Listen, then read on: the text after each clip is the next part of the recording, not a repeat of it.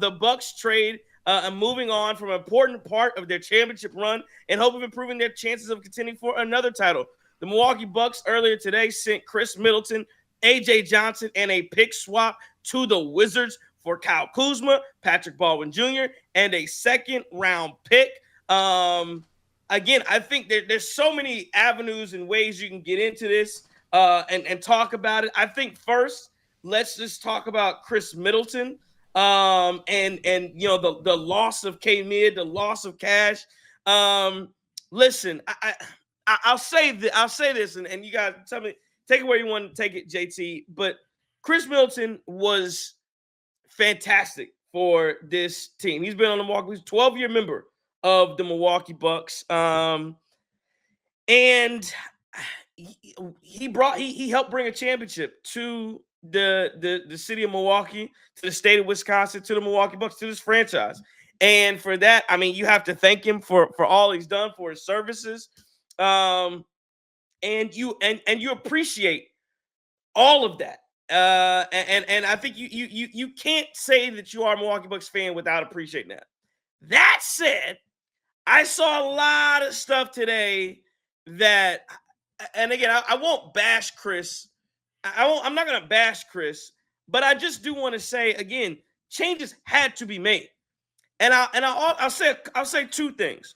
One, the reason you trade a Khris Middleton is because, again, I've been talking about this forever, and I don't know if people didn't want to believe it or if it was because they were blinded and biased because Khris Middleton, we love you, Khris. Like, let me tell you how biased people were saying that Khris Middleton, they were saying Khris Middleton get a statue. It's a little much, dog. I'm just saying, he's going to get his jersey retired.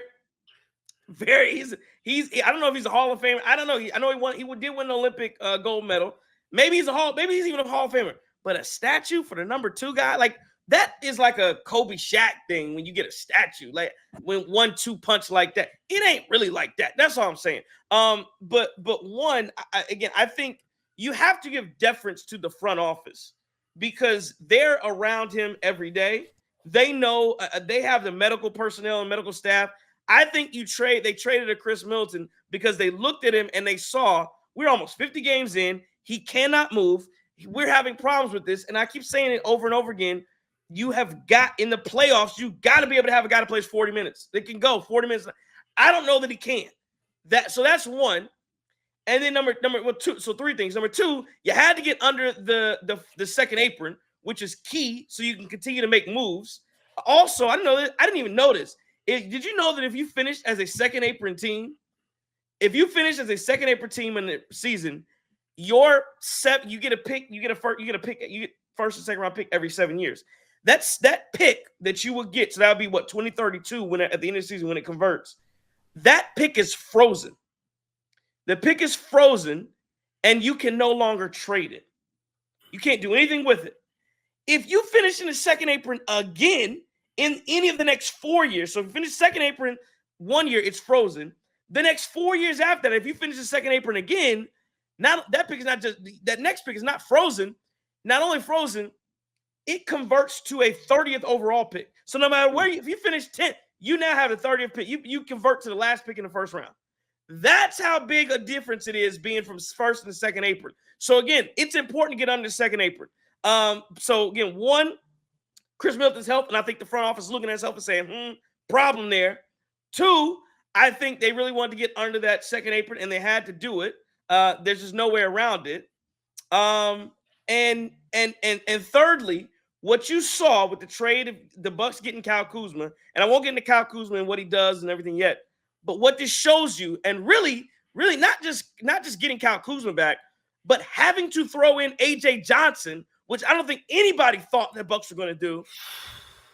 And he's a prospect, but the fact that you had to throw him into the deal just to get off of Khris Middleton, to me, lets me know it's not that Bucks fans are so biased when they look at Khris Middleton, what he does. The rest of the league has a totally different interpretation of what Khris Middleton is and what his value is. And it can't just be what we think about Khris. The league determines his market. And you see, based upon those things, you saw what Jimmy Butler just went for. You saw the Bucks were all in. They wanted Jimmy Butler. They wanted Zach LaVine. You were not going to get him because the league made the determination that Khris Middleton's not worth that. That's why you got Khris Middleton. That's why you got Kyle Kuzma, and that's why you had to add AJ Johnson into it. That's a little bit what I saw in Khris Middleton. We're gonna go a lot of different ways and talk about this in a lot of different ways. But that's what I saw initially on the trade that came out today. JT, what'd you see? I mean, look, I think that the thing about Khris Middleton is that he has been, before the injuries, really a steadying presence in that lineup. You saw the big plays. Khris was a guy who would go off for 40. We know what he did in that series against the Nets a few years ago during the championship run. That we know what he did in the finals. I mean, you can't speak enough about what he's done for this franchise and how he had been that steadying presence for Giannis and how Khris Middleton had been a staple here as a Buck. I mean, he was here. Khris was here, with Giannis when the Bucks were selling tickets at that BP, right? Khris was here from the jump too.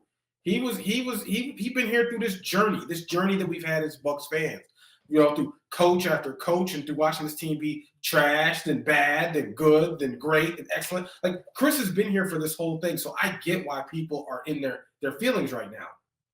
But I agree with you. I think two things can be true. I think a guy has been a legend for the franchise. I think a guy has been someone that people really respect and he's widely revered. And I also think that player can decline to the point to where he's no longer helping your team in the way that you need. And again, it's a salary issue. It'd be something different if Khris was on a vet min or making $5-10 million a year. Khris was making $30 million a year, and that was becoming an albatross for this team. So the question you really had to ask yourself was, is the nostalgia worth you sacrificing opportunities to get better? Clearly, the front office did not think so. And the other thing about Khris Middleton that I'll say, though, and this is just a bit crazy, though. On paper, this looks insane. You would have never thought that a guy like Khris Middleton gets traded to the Wizards. I mean, man, like the Wizards are, in all of our lifetimes here, have been one of the worst franchises in the NBA. There's no question about it. I get that they had those few years with Bradley Beal and John Wall, but for the most part, I mean, everybody that goes to the Wizards just looks absolutely terrible. People leave, and then they look like they're okay after they get there. But something about that is a dark cloud, right? That's like the guy, the guy who goes to a cookout and peas in the sprinkler, right? Everybody's gonna get it. The residual impact of that is gonna be absolutely terrible. And that's exactly what the Wizards have been like for a long time. So I feel a little bit bad about that he couldn't go to a better team, or you couldn't get more teams to facilitate this. And maybe they do. Because you would think ideally you would want to do right by a player who's done so well for your franchise. But like Trey said, the rest of the league has a perception. The rest of the league probably wasn't willing to come up off. The rest of the league probably wanted much more than what you gave up to get a guy in here to do that. So, man, Khris Middleton will get a tribute video. Like Trey said, he'll get a jersey. He's not going to pay for a meal in this city. He's a good guy, but at the end of the day, it was time to move on. And folks got to get out their feelings and understand that. Now, we haven't talked about Kyle Kuzma. Right, on the surface, it looks like we got better. Whether or not if we actually did, that remains to be seen. But then the other thing I'll say is, like, listen, man, we traded AJ. What are we doing on draft? I hate it. I hate draft night for the Bucks. I do. I mean, what is it? Whoever is the director of college scouting needs to be fired. I just think we need to leave the position vacant at this point. Let's get an analytics guy just to read sheets and figure this out, right? Because we're scouting guys with sunglasses on. Like, this is crazy. This makes absolutely no sense. None of them can contribute. It's rinse and repeat. Oh, this guy's got all the intangibles in the world. Listen, man, let me give John Horst some advice. Polish over potential, my guy. Polish over potential. Because what you're doing is you're picking guys with the absolute rawest of traits that are nowhere near even ready to play, but you have a need for a guy that needs to come in who can at least contribute something. And if you and holding down the bench ain't it. And I get that AJ Johnson had a good night the other night, but what are we doing here? For the most part, he was not ready to play, and it's frustrating. And I know Bucks fans are sick and tired of a first-round pick, insert whatever name that's not going to be here in a few years, and it's going to give us next to nothing. So the Khris Middleton trade, for me, I can go all the way in depth about how much I really loved watching Khris as a Milwaukee Buck. And that started, when he even had the doubters, right? He had doubters early when the Bucks went out to the Raptors. Oh, Khris Middleton's not consistent enough to be a number 2 option on a championship team. And then so when Giannis goes out with the ankle injury in the bubble and you see some flashes of what Khris Middleton is really capable of in the playoffs, and then, just shortly after they go and get a championship. I remember that game winner against the Miami Heat. I think it was game 1 over Duncan Robinson, where it really set the tone for the series that, hey, this is a different Bucks team that year. Obviously, they brought in Drew that year too. But, at some point, all that nostalgia, all that memory lane stuff that I'm just talking about, at some point that was losing itself in my mind, right? At some point, I'm watching this Bucks team compete night in, night out when we started this post-game show without Khris Middleton in the lineup regular season. Somebody said it on Twitter earlier, oh, well, this just feels so different that Khris Middleton is not out there with this Bucks team.